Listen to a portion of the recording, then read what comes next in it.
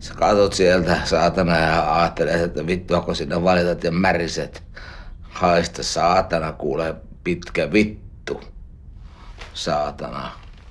Sinä saatana koukkunokkainen perkele puolimanne. Saatana kihlajaiskosia. Haista paska, saatana. Käräjiä. Vittu. Tää rutina pelkästään jo, jos herättää pelkoa ja kauhua. Saatana. Ei ole luentoja, ei ole rahaa. Kaikki menee. Naistenlehti naisten lehdeltä. Sä saatana vajotat mua perkele niinku kerros kerrokselta kohti helvetin ydintä. Miksi? Siksi, että sä itse huorasit ja erehdyit kertomaan se ensimmäisenä. Kuinka surku hupaisaa, kun sä jäit kiinni. Auto asennettu ja kamera, tämä on kuin elokuvista. Ja sinä jäät kiinni. Mutta ei sun harmita, koska et sä koskaan rakastanutkaan minua yhtään. Ja tämmönen vaan niinku minun rakkautta. Miksi et sä lähtenyt vittuun, jos tämä oli minun rakkautta vaan?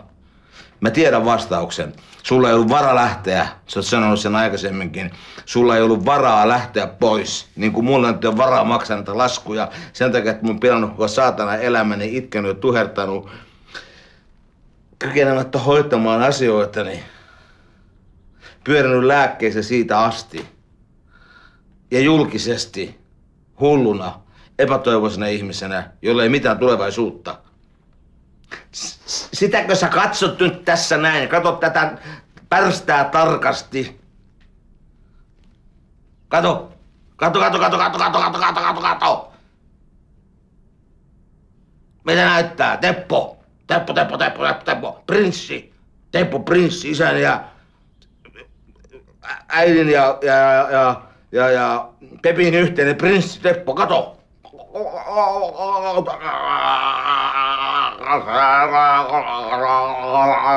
Frankenstein. On aivan hulluksi.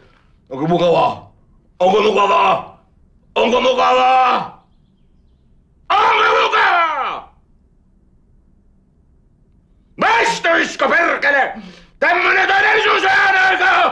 Millä maistus? Tuu kokeilemaan! Tuu kokeilemaan! Tätä todellisuutta, saatanan penikka! Ja koet sen! Mitään ettei maailmassa semmoista, joka ei tuu sua vastaan. Ja elinaikanas ja hyvin lyhyellä jänteellä! Tekosi on jo rangaistuksesi. Selvän näkijä, Satu Ruotsalainen, astrologi, joka auttaa ihmisiä rahasta puhelimessa katsomalla tähtikarttaa. Miten sä ilkeät valehdella ihmisille paskaa? Sun ennustukset, saatana, on kaikki mennyt päin persettä. Sä ennustit Jukka Kajavan, jonka nimen mä suostumuksen hain sun kirjaasi. Sille ihanaa talvea. Ne Jukka kuoli!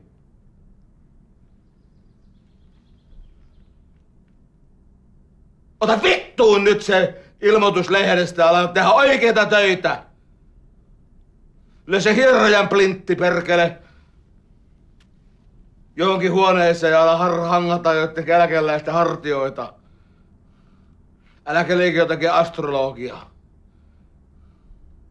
Ja sinä saatana luupäätötterä. Siinä menee ojille. Jonne kuulutkin. Saatanan kolvinenä. Vituttaa! Koko mun elämä! Saatana teidän perkeleen apinoiden kanssa pilalle. Kaiken maailman saatana oikeusjuttuja ja kaikkea antaa paskaa. Tai ajatte mut henkilökohtaiseen konkurssiin ja te naurattaa. Te olette iloisia, kun mä oon henkilökohtaisessa konkurssissa.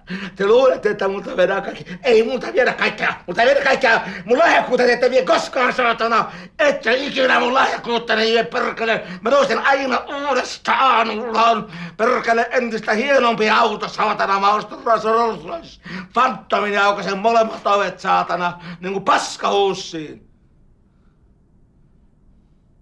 Kirjoitan parempia kirjoja, kirjoitan näytelmiä. Väittelen perkele vielä 2 kertaa tohtoriksi. Sen lisäksi. Ja muistakaa, että minua ei pelota mikään. Ja lisään vielä, että edes vankila ei vaikuta. Minä tulen ja toimin täällä sen takia, vaikka kuinka vähäksi muuttuen, että tulisi jotakin, joka olisi sen takia suurempaa. Siksi, nyt kun mulla ei ole mitään enää ja kaikki tämä lähtee 2 päivän päästä vittuun. Sen jälkeen mulla ei ole edes paikkaa, missä olla yötä. Eikä nukkua. Mihin mä työnnän kirjani, ettei ne kastu. Missä sä luulet, että mä elän? Tiedätkö, mitä sairaalan ihmiset sanovat mulle, sosiaalihuoltajat? Mene yömajaan. Mene yömajaan. Sen takia, että sinä saatanan kurahaara nussit jossakin perkeleen typerän urheiluperkeleen areenan markkipaikalla jonkun saatana nuoren papinkoltiaisen kanssa, jonka elämä on myös pilalla.